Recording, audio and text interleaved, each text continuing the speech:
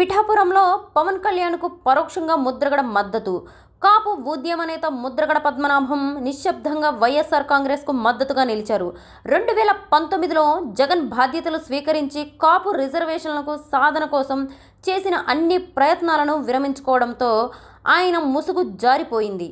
చివరకు జగన్మోహన్ రెడ్డి సమక్షంలోనే ముద్రగడ వైఎస్ఆర్ కాంగ్రెస్ లో చేరారు. వైఎస్ఆర్ కాంగ్రెస్ లో చేరే ముందు 2 టికెట్లు కోరుతూ జనసేనలో చేరాలని ముద్రగడ పవన్ కళ్యాణ్ కు ఫిల్లర్లు పంపారు. పవన్ కళ్యాణ్ తిరస్కరించడంతో అతను వైఎస్ఆర్ కాంగ్రెస్ లో చేరాడు.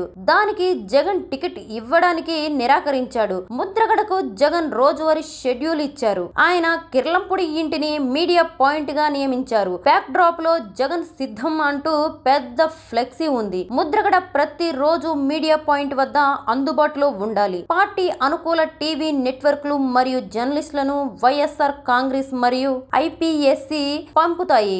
ముద్రగడ వారితో మాత్రమే మాట్లాడాలి. పిఠాపురంలో పవన్ కళ్యాణ్ ఓడిపోతాడని చెప్పి పవన్ కళ్యాణ్ ని కించపరిచి వచ్చే 30 ఏళ్లు జగన్మోహన్ రెడ్డిని ముఖ్యమంత్రిగా ప్రకటించాలి అని అధికార పార్టీలో చేరినప్పటి నుంచి ముద్రగడ నివాసం నిర్మానుషంగా దర్శనమిస్తుంది. వైఎస్ఆర్ కాంగ్రెస్ కాపు నేతలు కూడా రాకపోకలు మానుకున్నారని కిర్లంపూడి స్థానికులు తెలియజేస్తున్నారు. కానీ ముద్రగడ చేసిన వ్యాఖ్యలు పవన్ కళ్యాణ్ పై అసూయ, ద్వేషం చిమ్ముతున్నాయి. రాజకీయ విశ్లేషకుల అభిప్రాయం ప్రకారం పవన్ కళ్యాణ్ గురించి ఎంత ఎక్కువ చర్చిస్తే జనసేనకి అంత మంచిదంటున్నారు.